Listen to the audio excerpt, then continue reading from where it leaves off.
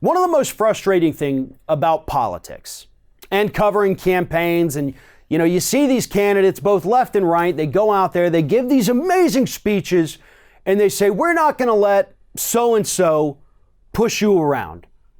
Maybe that so-and-so in Donald Trump's case is China. For the Democrats, maybe it's a corporation, maybe it's a Walmart, maybe it's a Best Buy, maybe it's Wall Street, but they get up on those stages and they tell us, we're going to fight back.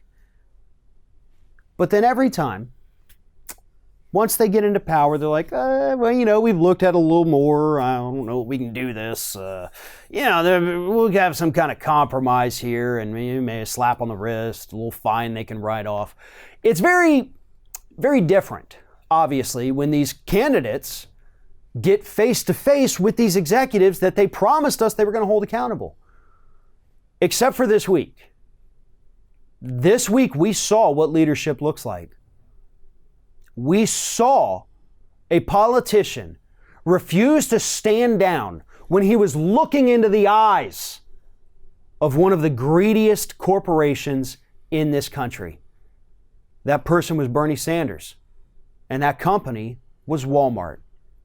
On Wednesday, Bernie Sanders attended the annual shareholder meeting of Walmart. He was the invited guest of the workers.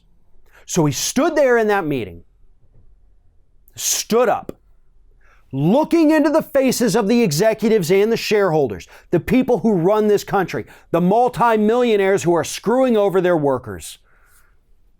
He said a lot of things that were super powerful, but this is the one that stood out to me the most. He said, frankly, the American people are sick and tired of subsidizing the greed of some of the largest and most profitable corporations in this country. That is what he said before he told the company, you have to stop paying these starvation wages to your employees. You have to pay them a living wage of at least $15 an hour. Now, Walmart executives quickly dismissed this. They didn't care. But Bernie Sanders didn't back down. Bernie Sanders didn't flinch. He stood up and he looked them in the eyes and he told them this. He said, you're greedy. He said, you got to pay better wages. You're treating your employees like crap while you're pocketing tens of millions of dollars every single year. You make in 1 hour, executives, what the average Walmart employee makes in a single year. Do better. Be better. Immediately following the shareholders meeting, Bernie Sanders went outside to a rally with the workers to continue their protest for better wages. And this is what he had to say while out there at the rally. One might think that a family worth $175 billion would be able to pay its employees a living wage. And yet, as you all know, the starting wage at Walmart now is $11 an hour, and people cannot make it on $11 an hour.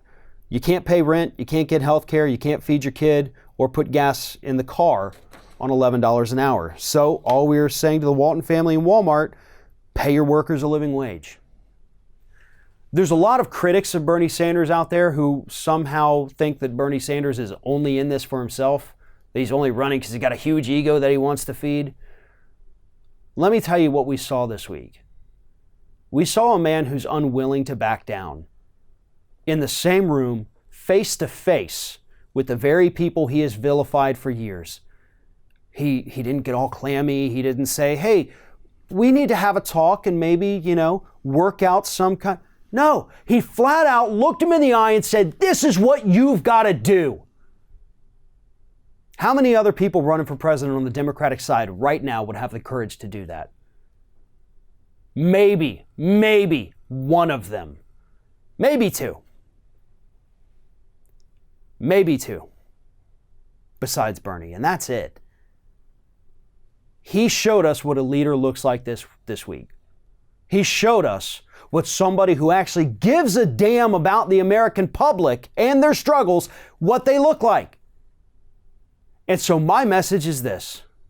To every other person running for president under the Democratic banner right now, if you don't have this level of courage, if you aren't willing to look at the CEOs in the face and tell them they're wrong and greedy and need to change, if you don't have the courage to do that, to do what Bernie Sanders did, then I advise you to get the hell out of the way, because this election isn't for you.